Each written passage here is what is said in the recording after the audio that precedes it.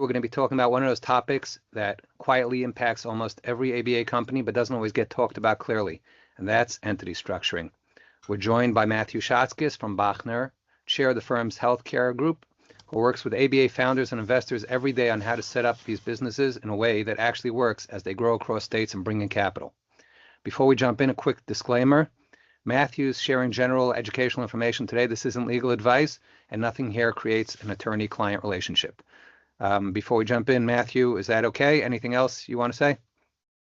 Yeah, just thank you for having me. I appreciate the opportunity to speak on the topic. But again, it is important that before anyone decides to jump into any venture, let alone a venture in a highly regulated area, that it's always a good idea to make sure that you consult with legal counsel and are aware of the different considerations and regulatory landscapes and other matters. And so just be aware that, again, this is a highly regulated area, and you want to make sure that you're being advised appropriately and accordingly. Right. Okay. With that said, let's jump right in. So, Matthew, when someone's just getting started in an ABA business, what do those early entity structures usually look like in the real world, especially when you've got licensed professionals and non-licensed investors involved together?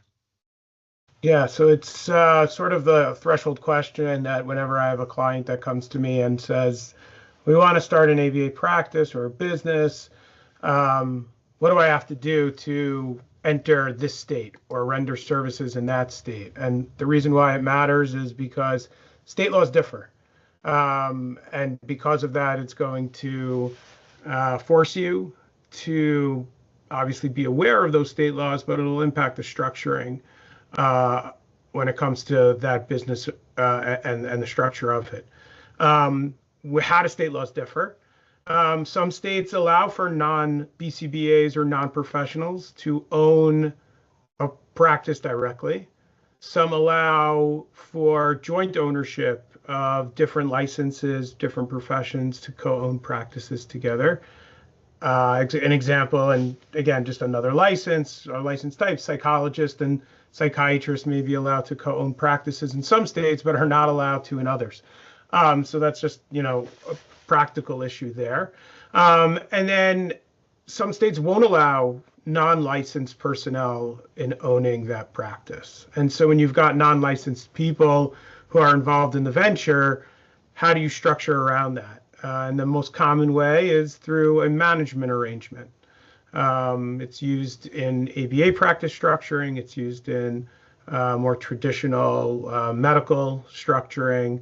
And essentially the concept is that there's a clear delineation, although there's always some gray, and we can maybe talk about that a little later, but there's a clear delineation between the clinical services and who's responsible for rendering those clinical services and who's responsible for providing the non-clinical administrative services. And typically you'd have the licensed provider on the clinical side, and then you'd have the non-licensed individuals on the management company side. And then from there, it's about structuring a fee arrangement between those two entities that is, one, fair market value for services rendered, because that's going to be a key protection against anti-kickback and other sort of referral arrangement concerns, especially when that management company is also doing marketing services on behalf of the practice, or in this case, the entity that's rendering the ABA services. And the other is being aware of, and we could touch on this a little later as well, but also being aware of other state law issues like fee splitting. Some states don't allow licensed personnel to split fees with non-licensed personnel, and so you can't do a fee splitting arrangement in those scenarios, or a percentage of revenue fee structure. Other states, while they also may have a corporate practice of profession or corporate practice of medicine limitation, which doesn't allow the non-licensed person to own the entity, they may still allow for percentage of revenue arrangements because there is no fee splitting prohibition. So I know there's a lot there, but the bottom line is that there's a lot to take into account when you're considering the best and optimal structure, and that's just for one state. Because unfortunately, if you've got one structure for one state that works, doesn't necessarily mean that it'll work for another state, even if it's right over the bridge, for example, between New York and New Jersey. So different structures, you have to take that into account, and you really got to focus on state laws and be aware of what those look like. Right. Okay. So that was a lot right there. Let's take this a step back and take it one step at a time. So a typical, or very often, you have somebody, his wife is a BCBA or he knows a BCBA and he wants to be in the ABA business. So these people are not ready for an MSO just yet. And they're just really one person, the non-professional running the business side and the BCBA running the clinical side. Is there a way for them to coexist? Like if the investor takes salary or something like that? I mean, is there like a entry level way to start this very small? It's possible. Yeah. I mean, again, right. So you'd have to look at state laws and see what type of entity can render ABA services. Does it have to be a professional entity, for example? Does it have to be owned by the BCBA? And then if there is a non-licensed person who obviously has an interest in the business and seeing it grow and succeed, they can be an employee, they can be a contractor of that practice, but there are certain limitations with that. So for example, they may not be able to have certain titles. Some states can limit who can be an officer or a director of certain professional entities. You may need to be licensed. You may be limited in terms of, again, no distributions. So you might have to pay a little bit differently than you would otherwise. And maybe if it's a husband and wife situation, not as big a deal, because whether it's distributions to one versus salary compensation to the other, it may not matter. But those are some of the considerations. But yes, that is definitely possible.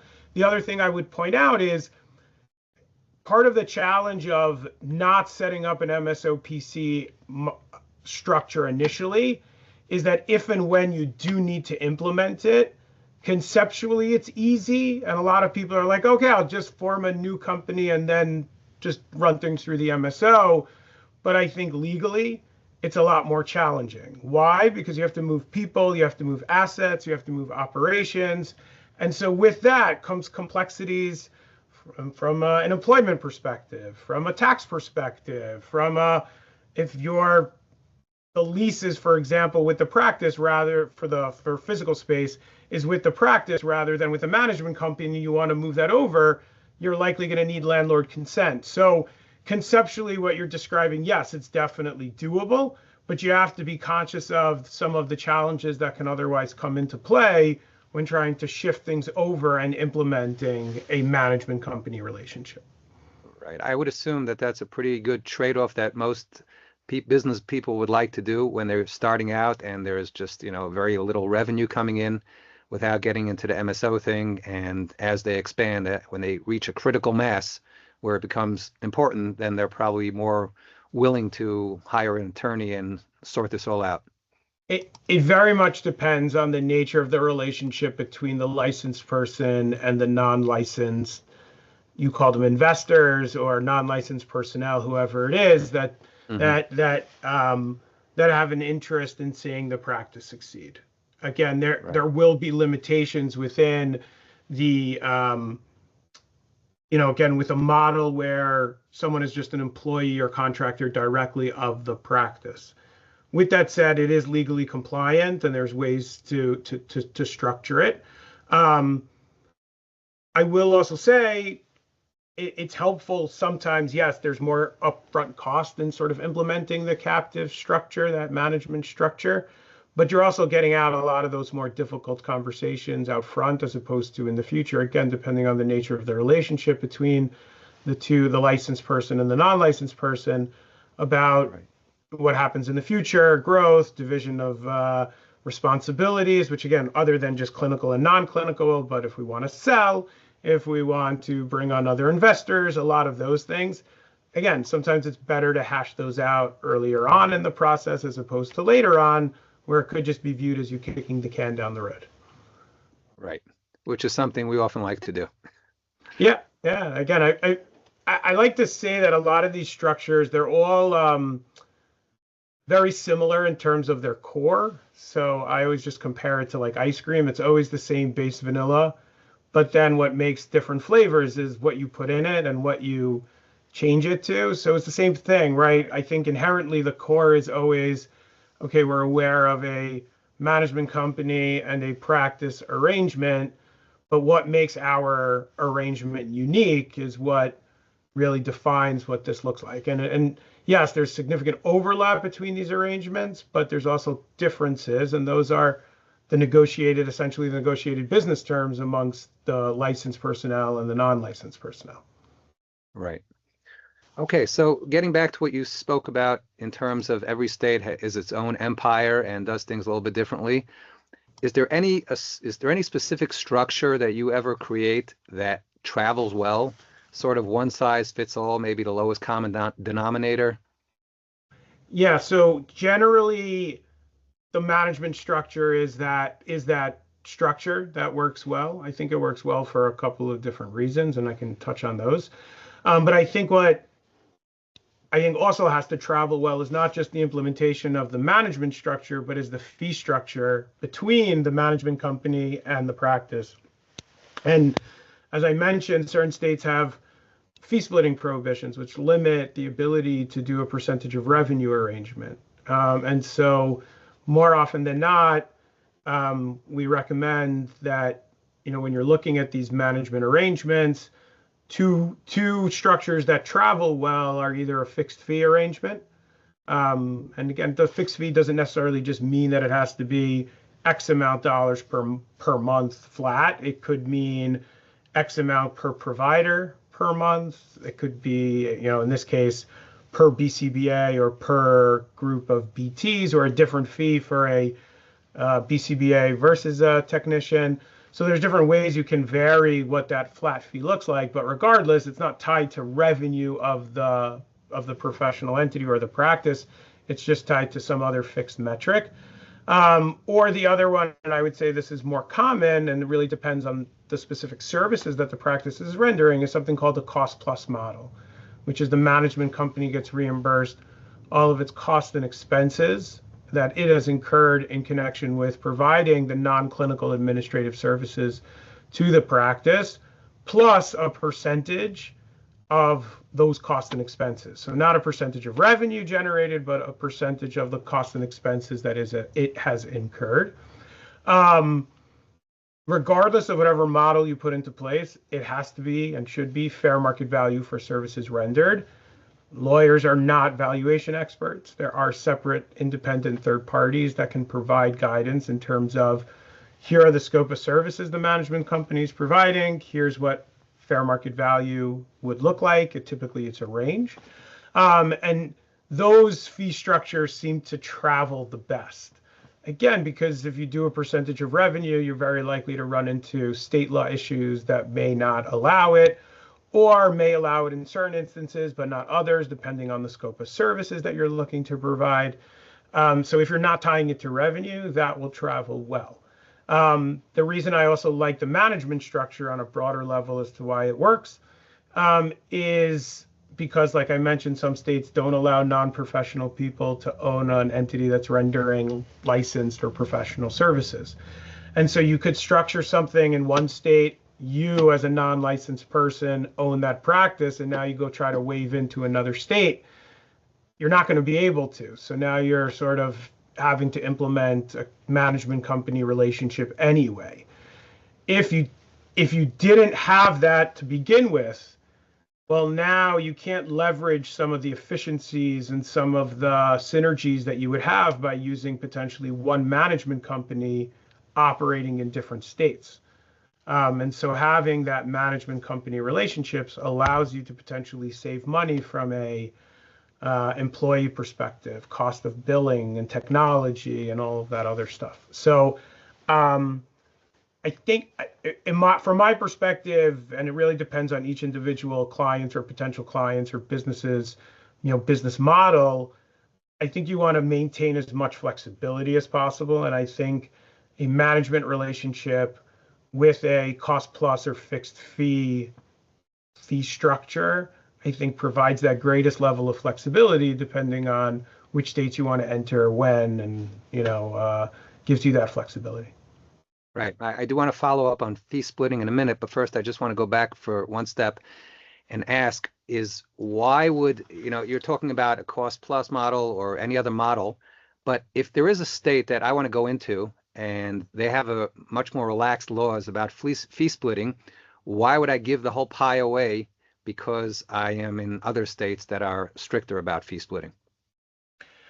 So typically, and I think this is just virtue of the state law, states with fee splitting happen to be more populated states and more populated states. So for example, New York has a fee splitting prohibition, and a lot of people who are rendering or want to render ABA services view New York as a state that they want to enter into.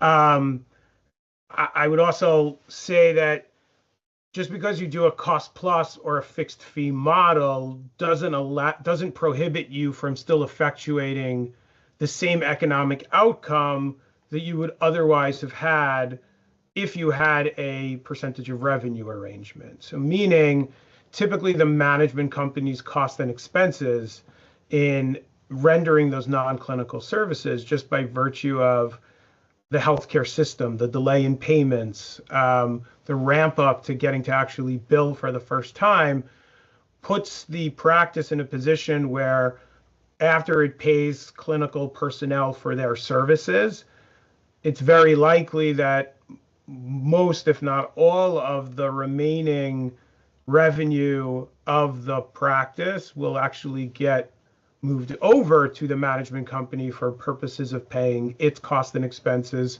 and invoices, and or paying back any shortfalls that the management company may have had to pay over to the practice. So when implemented appropriately and in a legally compliant manner, I think most of the time a cost plus or a fixed fee arrangement does still accomplish very similar economic outcomes to a percentage of revenue arrangement.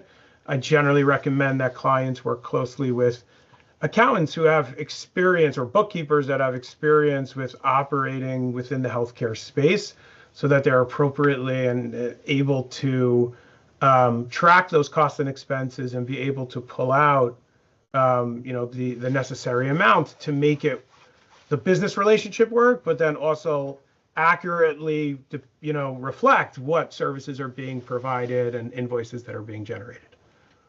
Right. That's yeah. Well, that sort of covers the problem with fee splitting, right? Yeah. Again, how do buyers or how does anybody distinguish between a real management fee from a disguised profit extraction? So again, the concepts of fair market value for services rendered become, I think, critical from that perspective. There's always a question of when do you go and get that fair market value opinion.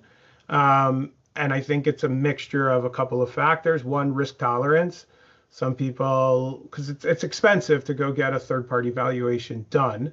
And especially as you're just getting started, and especially if you're new to the business, you don't really fully know or grasp yet what the management company is going to have to incur and services it's going to have to provide. And so I would say many times we have an idea, working with the client or their accountant, what fair market value would look like.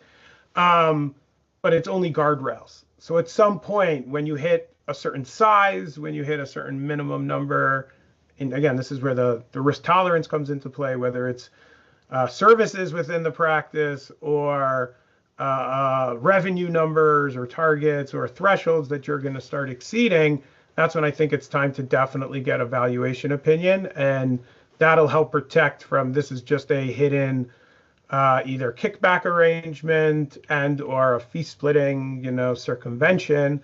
And then it's not just getting a fair market value opinion once. You generally want to refresh that every so often. I think most clients do it every 2 to 3 years because, again, there is a cost involved. Or if there's a significant change to the business, for example, opening a new office location or adding a new service line, doing things like that, where you want to be cognizant of it. Again, or to be a drop cynical if revenue on the clinical side is too high. Yeah, I mean, so there are some limited tools in the toolbox that could be available to try to achieve that. But again, in my experience, most of the time, the ramp up to getting a practice up and running is such a great expense to the management company that it takes a good number of years for the practice to sort of like dig out of that hole and get to a point where, okay, we're just paying the management fee for this month and we're not paying for services that were rendered prior or advances or loans that were provided or other things like that. So it can happen. But then certainly that's when, yes, you would want to get another fair market value opinion to see if there's room or areas to increase it. There's also ways maybe to potentially break up what services. Again, cost plus fixed fee, it doesn't have to be a one size fits all. You can break up different services and maybe put some in one bucket, some in another. Ultimately, the entire package has to be fair market value, but there may be other ways to be able to increase what that fee amount looks like in order to be able to pull out, again, in a legally compliant manner, the necessary amounts from the practice. Right. Drilling down into the MSOs, are there any services that live in the gray zone, which influence turns into control and becomes unauthorized or unallowed services? Yeah, so I would say it's a little bit clearer in the ABA space, but I think there's a good example that you could probably carry over from other medical professional or clinical-like services.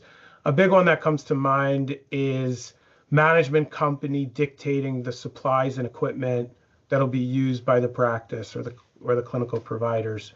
There was an issue in New York where the Attorney General was investigating a management company that was managing dental practices. And essentially, the management company dictated which drill bits the practice can use because they wanted to go with the cheaper alternative, even though the dentists were requesting a higher quality or a different drill bit. And essentially, the Attorney General found, this might not be the right word, but essentially just stated that that was overstepping because it was impacting the clinical decision making and the clinical care that was being rendered by those professionals. And so I think that's a really great example of something that could fall into the gray, where maybe in the ABA world, BCBA says, hey, I need this tool or this piece of equipment or this resource, and the management company is like, no, you don't, or yeah, that one may be better, but this one's more affordable and it's cheaper. But in the BCBA's professional opinion, it's not as high quality. That could be something that I think falls into the gray, and that could get someone in trouble. I don't think that alone is enough, but like in conjunction with potential other areas of overstepping or overexertion of control on the clinical side, that could be an area or an example. Another area which comes up is, and again, may not necessarily fully translate to an ABA practice, but you could get the sense, is the idea of like an ultrasound technician or people who are quasi-clinical, right? You don't have to be necessarily licensed to render a clinical, like to render that service or to do that service, but you're also interacting with the patient or touching the patient and sort of in that level of interaction. And so I think it's similar here that, again, if there's somebody who maybe, like the technicians is always a great example. Some people are, right, but you don't have to necessarily be licensed to be a technician, but they're interacting with the practice's clients, patients, and so for that reason, we stick them into the clinical entity. So that's the type of things that you want to be aware of. Ultimately, you want to make sure that there is the separation between the clinical and the non-clinical, and that the management company is not exerting control on the clinical decision making of the BCBA or the ABA practice. Could you try? Right. So something like client satisfaction. Would the management company be able to handle that by reaching out to clients and seeing if they're satisfied with the level of service? So generally, yes. I don't think that falls within the clinical bucket, and arguably it's part of the management company's function of helping the practice effectuate and implement its quality assurance program, or compliance program to make sure, for example, that services were actually rendered in according with with the billing or in the clinical notes. So yeah, the management company has a lot of leeway to help effectuate and implement obligations of the practice. But anything, ultimately, you got to remember they are still two separate legal entities. And so when it comes to actual hiring and firing decisions of clinical personnel, that should remain with the owner of the clinical practice. Management company could give their input. Management company can help conduct an investigation or engage in discussions. But ultimately, the decision should be made by the clinical owner. And the same thing with implementing and helping effectuate a compliance program, a HIPAA program, a quality assurance program, etc. Right. Just because I think it's in the mind of a lot of listeners, the case with the dental practice, how did that get to the Attorney General? Was that a whistleblower? So in that case, it was a significant number of patient complaints where essentially there were claims made that unnecessary dental work was being done. So unnecessary fillings or other things of that nature. And it turned out that in that case, some of the dentist comp was tied to the number of fillings that they had done. So there may have been some sort of, truth to that in that sense of the feeling of the people that complained. Generally, from a regulator perspective, the way I most see or most common complaints or an investigation commencing is one, a complaint, or sometimes unbeknownst, like an innocent, like, hey, I got an EOB, it says I got the service, I have no idea what the service is, and then all of a sudden something opens. So again, something from a patient. The second being a whistleblower, which can always, happen. Or the third is typically either a former or current disgruntled employee who's just not happy, and typically they go to, make a complaint or, start something. Of course, there's a lot of other ways, but I would say those are sort of like the three most common where I would say we see sort of regulatory intervention sort of originating from. Right. So what are the most common mistakes you see ABA owners making early on when it comes to structuring? I think the number one thing, and I don't think this is specific to just ABA practices or industry, is trying to cover too much ground too quickly, too fast. Where it's like, okay, we're going to enter into 12 states tomorrow, or some say we're going to go 50 states right away.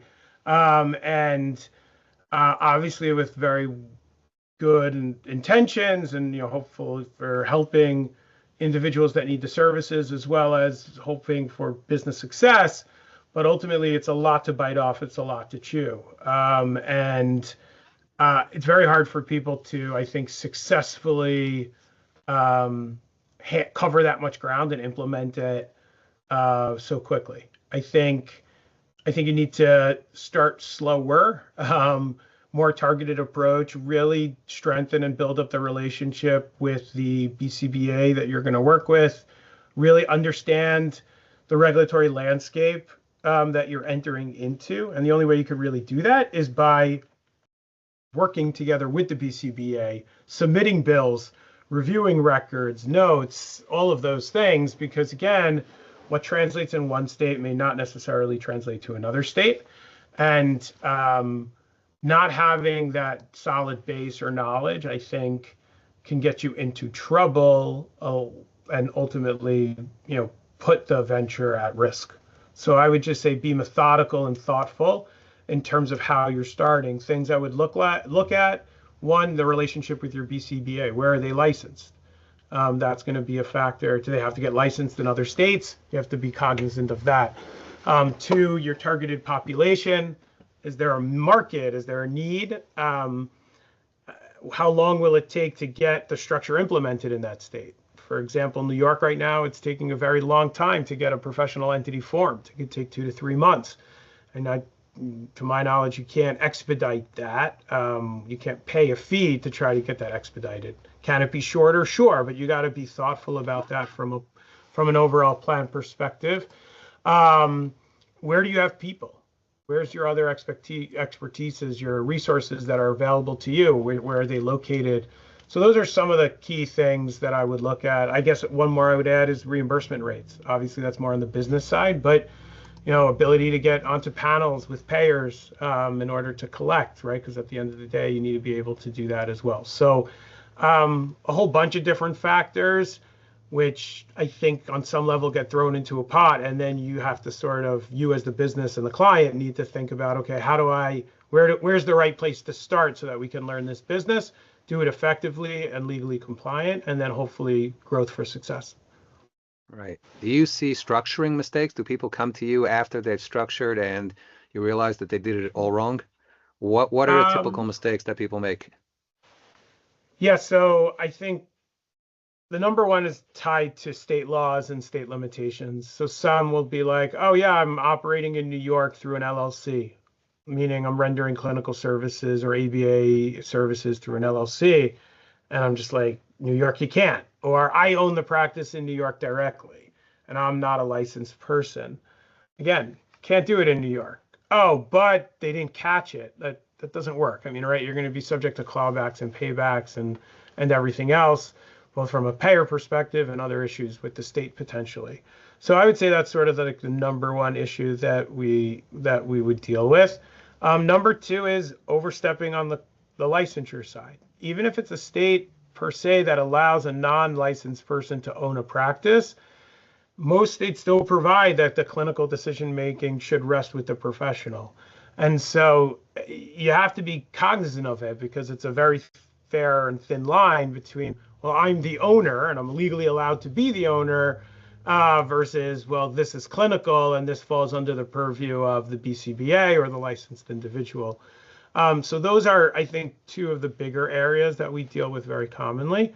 The other is relating to the transfer of, or the implementation of the management company. Many times on paper, what people have is compliant, but then when you actually look under the hood and see how they're actually operating, they're not operating that way, which presents a whole set of risks and issues associated with it. And I would say, from a regulator's perspective, they will look through whatever a piece of paper says and look at the actual operations. They want to see, are you actually acting in accordance with what the document says? And if you're not, they will essentially throw the piece of paper up in the garbage and say, it doesn't matter what the piece of paper says because you're not honoring that. You're not following that process. So for example, a lot of management companies pay the clinical providers directly. But it's like, no, you can't do that. You can help effectuate payment on behalf of the practice, but it's got to be the practice's account. It's got to be in the practice's name. But it can't come from the management company. So a lot of those type of issues we deal with quite often. Thankfully, most of them are curable, although again, certain bells you can unring. And as time goes on, I think the risk mitigates and minimizes. But again, there's certain limitations that we have in terms of being able to cure those. Right. Are there certain, can you define clearly differences between ones that could be remediated and others that can't?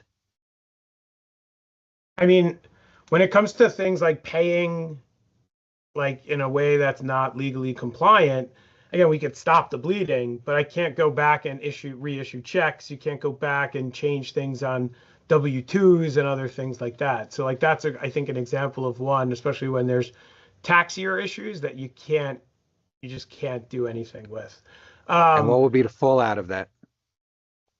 So again, I think it depends on the larger facts and circumstances, right? Meaning if there was a nature of a complaint and the nature was that the practice is really just a facade for these non-licensed people to run this business, I think that's a factor that gets thrown into a, look, this is really what's going on. They're actually paying, the management companies are actually paying these providers and removing the clinical judgment or impacting clinical care and judgment. And so in that scenario, it's obviously not a very helpful fact. Are we talking about clawback and recoupment in the case like that? Definitely. I mean, there's a lot of different perspectives when you're dealing with that. One, it could be clawbacks and recoupments from a payer perspective or from a Medicaid program perspective. There could be professional license consequences to the people who didn't accepted payment from the management company. In New York, technically fee splitting is considered professional misconduct. So it's on the professional who has arguably a greater level of risk. So there's professional issues that could come up with it. Again, there could be kickback issues, potentially depending on other facts and circumstances. Again, this isn't meant to scare anybody, but it really is fact intensive in terms of what exists. And again, all of these things can help be used against a management company and a practice to build a case or prove a negative or a positive, depending on what the nature, that exists. Right. So we spoke about audits and we talked about licensing. Let's talk about exits for a minute. How would all this impact an exit and valuation, or just even losing the deal? What are buyers looking for? What's a showstopper for them? And what would they just like retrade the value when they dig all this up during diligence? Yeah. So I think it's when I speak with clients, a lot of sort of the early structuring discussions, obviously they think exit's very far away, and it is, but I think similar to how you want to maintain flexibility in terms of entering into different states and scaling and growing the business, I think you also want to maintain flexibility and being as attractive and appealable to as many potential buyers as possible from an exit perspective. So what do I mean by that, right? Your potential buyer could be another BCBA husband and wife team that, is like, oh, I'm ready to start a business. Or it could be an institutional investor, whether that's a private equity firm or some other sort of strategic, or another ABA practice, right? That's just looking to grow from that perspective. And so I think being thoughtful about your structure now helps you be as attractive to those different potential buyers in the future. And the one that I pick on the most, when I'm speaking with clients about this, is the institutional investor. Most institutional investors, and again, we'll just stick with a private equity firm, generally don't have an interest in being an owner of a professional entity. It comes with a lot more risk. It comes with a lot more headaches in terms of, you're now 1 degree of separation from patients, which means there could be malpractice. You're also directly communicating with payers. You're directly communicating with regulators and all of that type of stuff because you're the owner of the practice. In my experience, most of those institutional investors like the idea of a management structure and like owning a management company where they're further removed. And so you're not only just getting the flexibility of doing this in different states, but you're also being more attractive to those, potential institutional investors that like that model, that even if they could own it directly, would still implement a management structure in those states. So right. to me, that's another advantage of, that sort of the MSO practice structure. But those would be some of the things to be cognizant of. A lot of the challenges that we deal with when it comes to clients on an exit, listen, things happen along the ways. And I would say a lot of times there's side letter agreements or other sort of arrangements that are entered into, and they're not necessarily properly filed with the state, or they're not official owners of the company, they're phantom owners of the company, for lack of a better term. And then that just, again, it impacts who your buyers could be, because some buyers may say, I don't like this, I don't want to get involved, I don't know who really owns it, who's not, I don't want to get into a fight one way or the other. And then also they may require, in those situations for all of that to be cleaned up prior to a closing, so that can impact the transaction.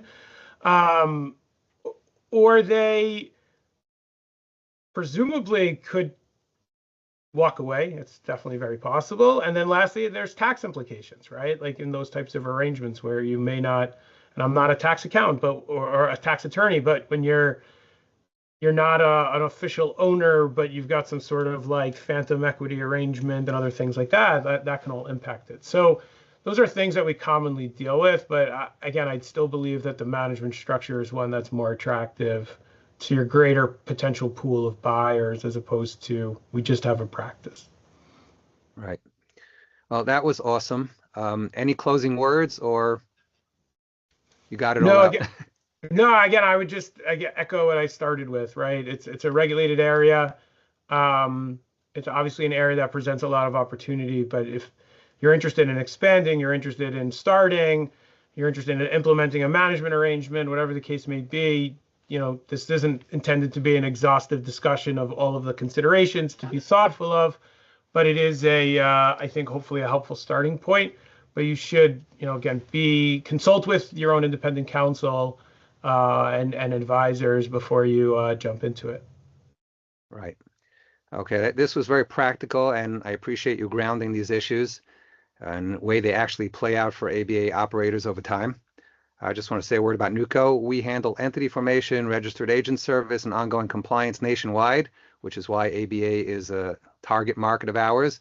These conversations that we have are not because we're in the ABA business, but we want to make sure that we're serving our clients who operate in complex industries, not just processing their filings. I just want to let you know, I've written a new book called Compliance as a System, How ABA Clinics Really Control Risk, Revenue, and Survival, which builds on many of the themes we discussed today. If you're interested, feel free to reach out to me by email. We have more episodes coming up in the ABA Compliance and Legal series that are focused on payer risk, audits, and operational compliance. Thanks for joining us today, and we hope to see you on our next episode. And thank you.